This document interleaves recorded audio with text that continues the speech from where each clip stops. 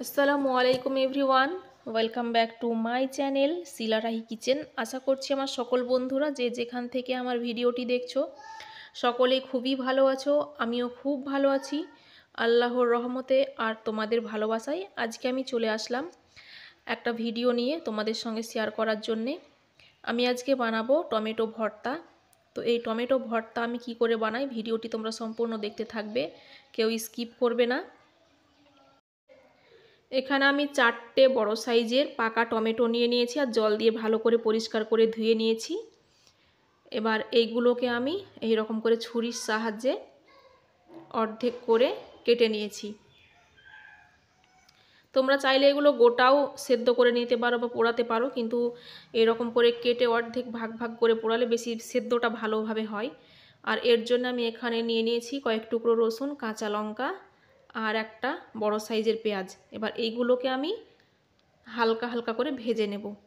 তো তার জন্য আমি এখানে একটা কড়াই বসিয়ে দিয়েছি গ্যাসের উপরে, গরম হয়ে গেছে। এবার এখানে আমি সরষের তেল দিয়ে দেব। বেশি তেল লাগবে না, অল্প একটু তেল হলেই হবে। এবার এই তেলের মধ্যে আমি সেই রসুনগুলো ভেজে নেব। দেখতেই পাচ্ছ বেশি লাল বা পুড়িয়ে ভাজলে হবে না, এরকম একটু হালকা সেদ্ধ সেদ্ধ ভাব আসবে তখন উঠিয়ে নিতে হবে। রসুনটা ওঠানোর পরে আমি এরকম করে কাঁচা লঙ্কাটাও ভেজে নিলাম দেখতে পেলে। এবার ওই তেলের মধ্যে আবারও সেই কেটে রাখা পেঁয়াজগুলো আমি ভেজে নেব। বেশি লাল লাল করে ভাজার দরকার নেই, যখন দেখবে একটু সেদ্ধ সেদ্ধ ভাব হয়ে এসছে বা হালকা একটু লাল হয়ে এসছে তখনই উঠিয়ে নেবে। তো এখানে আমার পেঁয়াজটাও প্রায় হয়ে এসেছে, যে দেখতে পাচ্ছ, তোমরা দেখে বুঝতে পারছো আমি কিন্তু বেশি লাল করে ভাজছি না। এবার এইগুলোও আমি উঠিয়ে রেখে দেব। এবার ওই কড়াইয়ের মধ্যেই আর একটু সামান্য মতো তেল দেব। এই তেলটা পুরো কড়াইয়ে এরকম করে গড়িয়ে নেব। গড়িয়ে নেওয়ার পরে যে আগের থেকে কেটে রাখা টমেটোগুলো আমি রেখেছি ওইগুলো আমি এটার মধ্যে এক এক করে ছেড়ে দেব। এই যে দেখতে পাচ্ছ যেমন করে আমরা মাছ ভাজি আর কি, সেইভাবে এরকম করে এক এক পিস করে আমরা ছেড়ে দেব। এখানে তোমরা দেখলে আমি তেল হয়তো দুবার ইউজ করলাম, কিন্তু তেল বেশি লাগে না, একদম অল্প অল্প পরিমাণ করে দিলে হয়ে যায়। বেশি তেল এখানে আমি ইউজও করিনি, একদম অল্প করেই তেল দিয়েছি। তারপর একটা ঢাকা চাপা দিয়ে এরকম করে আমি টমেটোটা মিডিয়াম ফ্লেমে 5 মিনিট মতো সেদ্ধ হতে দেব। টমেটো সেদ্ধ হতে বেশি সময় লাগে না। এই যে দেখতে পাচ্ছ ঢাকনা উঠিয়ে আমি তোমাদের দেখিয়ে দিচ্ছি, টমেটোটা খুব সুন্দর কিন্তু সেদ্ধ হয়ে গেছে। আর ওই পাশটাও এরকম একটু লাল লাল পোড়া পোড়া ভাব এসছে। আর এই লাল লাল পোড়া পোড়া ভাবের জন্যে কিন্তু টমেটোর ভর্তাটা বেশি টেস্টি হয়। এই যে দেখতে পাচ্ছ খুব সুন্দরভাবে কিন্তু এই পাশটা ভাজা হয়ে গেছে। তোমরা এরকম করে ভর্তাটা বানিয়ে দেখবে, খেতে দুর্দান্ত স্বাদ হয়।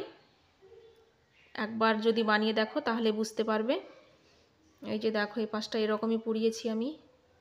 এবার এইগুলোকে আমি একটা প্লেটের মধ্যে উঠিয়ে নেব।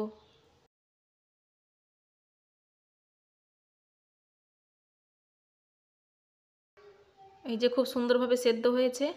আর প্রত্যেকটা টমেটোর পিস কিন্তু একদম নরম নরমভাবে সেদ্ধ হয়েছে।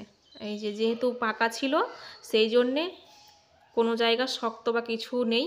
হ্যাঁ, তবে বোটার সাইডটা হয়তো একটু শক্ত শক্ত ভাব আসবে, তবে সমস্যা নেই, ওটাও খেতে দারুণ টেস্টি হয়। এবার এইগুলোর আমি ওপরের খোসাগুলো উঠিয়ে নেব।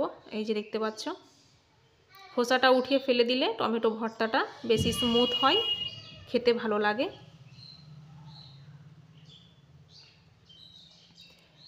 এবার সেই প্লেটের মধ্যে যে ভাজা লঙ্কাগুলো, রসুন আর পেঁয়াজ আছে এর মধ্যে আমি পরিমাণ মতো লবণ দিয়ে দেব।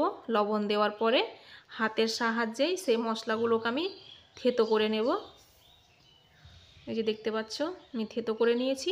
এবার এর উপরে আমি একটু সামান্য মতো কাঁচা সর্ষের তেল দেব, শুধুমাত্র একটু সেন্ট আনার জন্যে। এবার ওগুলোকে আমি হাত দিয়ে ভালো করে চটকে নিয়েছি। যে দেখতে পাচ্ছ এটা হচ্ছে ফাইনাল লুক টমেটো ভর্তার। দেখতে কেমন হয়েছে তোমরা অবশ্যই আমাকে কমেন্ট করে বলবে।